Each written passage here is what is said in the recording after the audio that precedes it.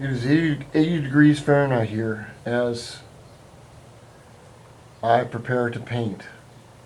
Now the reason I'm showing this for painting is that a painter can feel the heat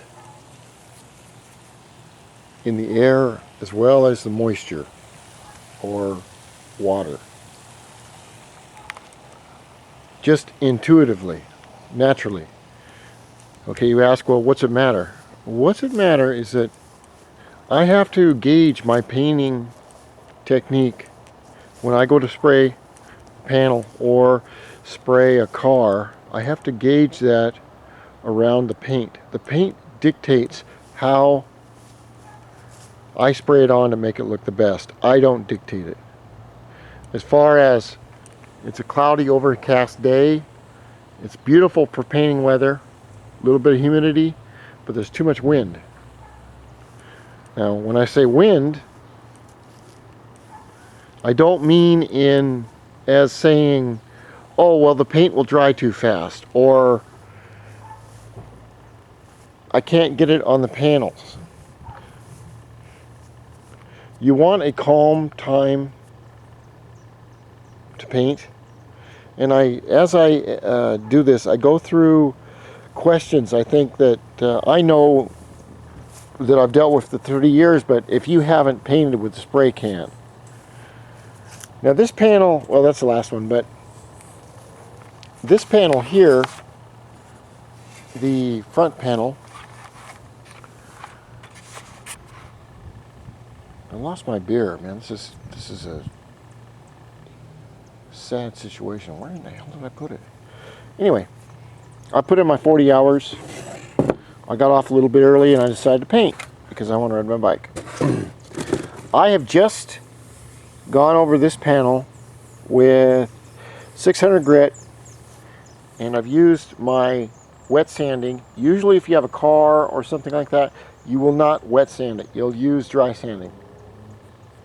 Dry sanding is just as good, except that wet sanding takes off about 2.5 more times the product of the primer, because the water is a cutting agent and it takes away your debris and also keeps your sandpaper from clogging up. So when I think I get this panel good enough, and I'm still using my warm water and grease dishwater soap, that won't hurt a thing at all, okay? As long as just before we paint, what we want to do is take some warm water and just wash the panel off. You have to remember, I don't know if you're 17 or 18 or 19, I can't remember that far back, but most kids have acne because they have very, very fine oil in their fingertips and all over their hands, and they play with their face a lot.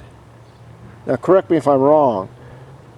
The point it has to do with this is they take their same hands they're using, and all people have oil in their hands, but they play with their panels. Oil and a clean panel doesn't mix. It's not that big a thing, but you want your panels as smooth and as clean as possible before we go to paint. After I do this with the 600 on the larger spots, then I start my fine tuning. As far as I'll do the edges, the inside edges right here, right here, right here. I just hit it enough to where it makes it smooth, and I knock down the edges. We call them knocking the edges down. What we want to do, if you have a sharp edge, like, well, let's just say like this. If you have a knife blade right here with a very sharp edge, and if you go and paint that, and you've already put your paint on and clear coat on, it's very thin on the edge. But if you have a rounded edge, like this right here, rounded, then just slightly rounded, just a little tiny bit rounded, there's less chance of that paint coming off and showing your primer underneath or whatever. That's what we call, well, it's called easing the edges in our business. we just take a little bit of sandpaper like this and ease the edges. You want to ease, then we ease the bottom edges around here. Last thing we do, we turn this over. Now I want the paint to stick well, and the number one rule about paint coming loose, it always comes loose around the edges. Everyone will worry about their front panel, they don't worry about the edges here. So what you want to do is you don't want to touch these edges until the very last, but you just want to come by and, you know, half an inch, a few centimeters, millimeters, deciliters, whatever, and just go along and scratch it up a little bit. Give the paint something to stick to. Also, it cleans out some of the dust that may be in these little areas. You'll be surprised how you'll be going to paint and there's a little gob of dust right there that you missed, and you'll spray that spray can on there and it'll shower dust all over everything, and it can really ruin a paint job. That's why taking a car and blowing it off with an air nozzle is an art in itself. Like I said, we can wash these panels when we get done because they're separate items. If you have a car, you can't do that because you've got masking tape, you've got masking paper on your car, and that destroys that. That's why we use something called wax and grease remover, or sure oil cleaner. That's what we used to call it.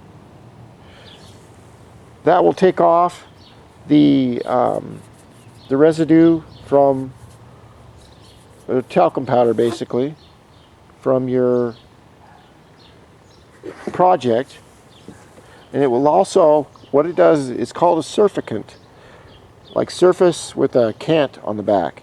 What it does is it is a solvent that gets underneath, between the primer and the dirt, and it lifts it up, allowing the painter to wipe it off. And of course it dries. It dries like water in the sun. That's the reason we use it, for that. Now before I continue, I've got to go find this beer. It's lost. It may need a home, and by God, I'm going to give it one.